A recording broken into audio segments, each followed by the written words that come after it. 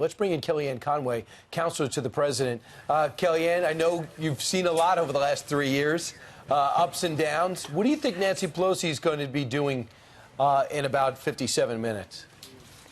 Very little, reminding people that the reflexive soundbite is, oh, we haven't made a decision on impeachment yet. And you had people who previously called for the president's impeachment the moment he got inaugurated yesterday, literally reflexively with the soundbite, oh, no, we haven't decided on that yet. I still have my mind open. That's not true. I would respect them so much more if they would just admit that impeachment is a means to the end. And the end is to get rid of Donald Trump because they have no idea how to defeat him in 2020, no more than they did in 2016. I want to say a couple things I haven't heard said. Number one, as of August 1st, you had a majority of Democrats in the House already publicly saying that they were in favor of an impeachment inquiry. That was August 1st, folks. This is long before all this broke.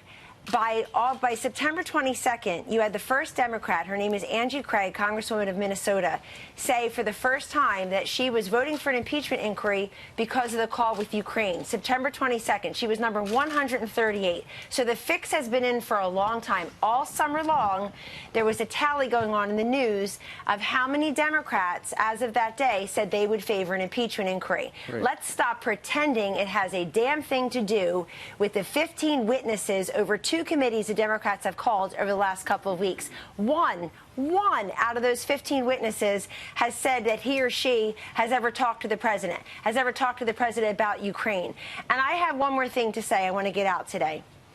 If you, ladies and gentlemen, if you went to work today to manicure nails, to manicure lawn, if you went to work with a jackhammer or a welding machine or mechanics tools or a carpentry belt and not 3 degrees from Yale, that woman yesterday looks her nose down at you. She thinks that you are less than her, and I've had it. Do you know why that man ran for president in the first place, for the forgotten man, forgotten woman? You know why I'm still here at the White House? For you. For people who are looked down upon by people with 3 Yale law degrees, had the audacity to say that liberals like to cluster together and live together.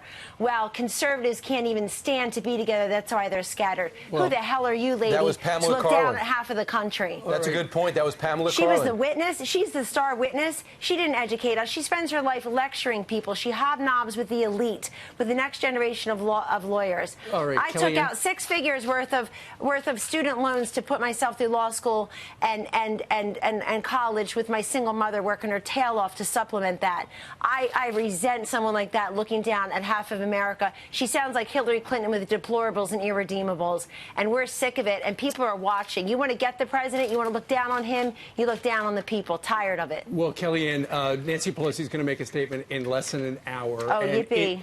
And we know they're going to vote for impeachment, ultimately. Yeah, so she should just say that. Just say it. Just say you're already voting for impeachment. These witnesses mean nothing. And maybe they will in an hour. But there's a Washington Post item up right now. It says White House gears up for aggressive effort to defend Trump in Senate as House moves toward the impeachment vote. And it says that the president essentially wants to make his case with live witnesses in the Senate where he feels he can get a fair shake. Now, if he was going to have live witnesses, you got to figure they would invite Hunter Biden, maybe Joe Biden. In fact, Peter Doocy yesterday crossed trails in Iowa with Joe Biden and asked him if he's going to show up. Here's his answer. The White House is now saying that if there's a Senate impeachment trial, they might like to call you as a witness. Is that something where you would appear voluntarily? No, I'm not going to let them take their eye off the ball. The president is the one who has committed impeachable crimes, and I'm not going to let him divert from that. I'm not going to let anybody divert from that. And like you heard me say a lot of times, if he's worried about corruption, I released 21 years of my tax returns. Let him release some of his. Joe Biden was a senator for years. He knows how it works. If he's called, he should go. He should go.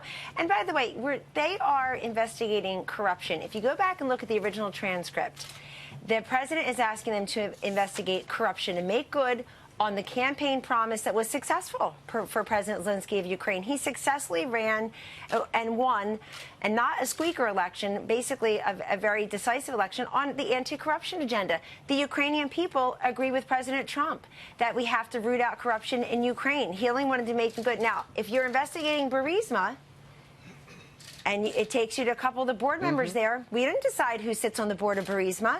If you're investigating corruption in Ukraine and it takes you to anybody named Biden, we're not starting with the Bidens. I disagree completely that the facts are undisputed. The entire point of the trial in the Senate would be to get to the facts. The Democrats missed a huge opportunity to build their case. They didn't present evidence yesterday. They didn't present fact witnesses. They only brought witnesses from one side. Who spend their lives, their careers lecturing, and that's fine, that's their right, and they tried to lecture us. I think they would have done much better having trial attorneys who are accustomed to arguing evidence, building a case. But I wanted to say this. We don't choose, President Trump, me, any of us, haven't chosen the board members of Burisma any more than we choose who's running for president in 2020.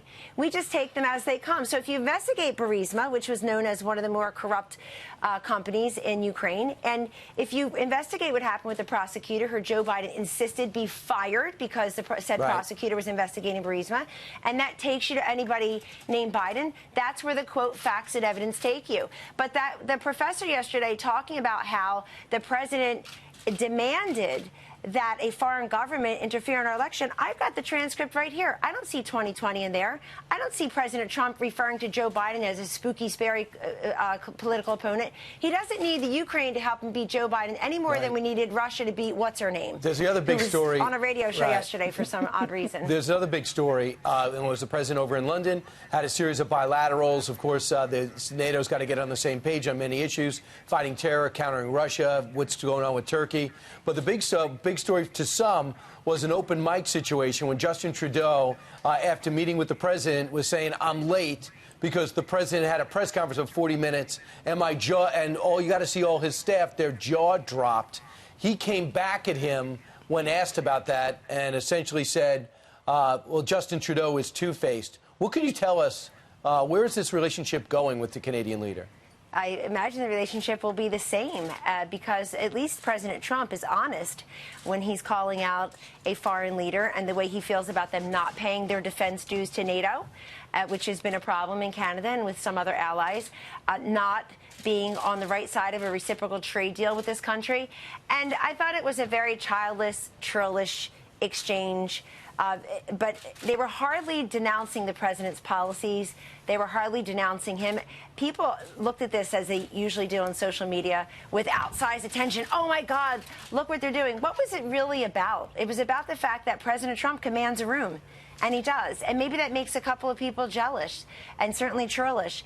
But what were they really attacking? Were they attacking U.S. trade policy? No. Justin Trudeau and Canada are waiting on Nancy Pelosi to pass UMCA. Yeah, it's embarrassing. And by the way, I thought it was embarrassing to the people in the circle, all of whom I've met, all of whom I have good relationships with, all of whom, more importantly, have excellent relationships with our leader and with this country. So we will continue to deal with our allies. I thought President Trump said it best yesterday. He said, I think he's two-faced in that here's somebody who's kind to me, kind to my face. We're working together. We're having bilateral meetings. And then when he thinks he can get a couple of high fives, I just thought it was, I'm going to say it again, childless and churlish, but it doesn't affect the relationship between the two countries. And speaking of the USMCA, you know, President Trump, he did what he needed to do on that a year ago. We're waiting for the Congress, for Pelosi. If she has a press conference in the hour, somebody ought to ask her about the USMCA, because the same people who benefit, the farmers, the auto workers, the auto manufacturers, the same people who benefit are the same people Professor What's-Her-Name are looking down on and insulting. So Nancy Pelosi should think about that. She's got 31 Democrats in these Trump-Pence districts. 21 are freshmen, and they need the USMCA passed. Their workers in their districts certainly need it. Kellyanne Conway, thank you so much for joining us this morning. Have We're so grateful. Thank you.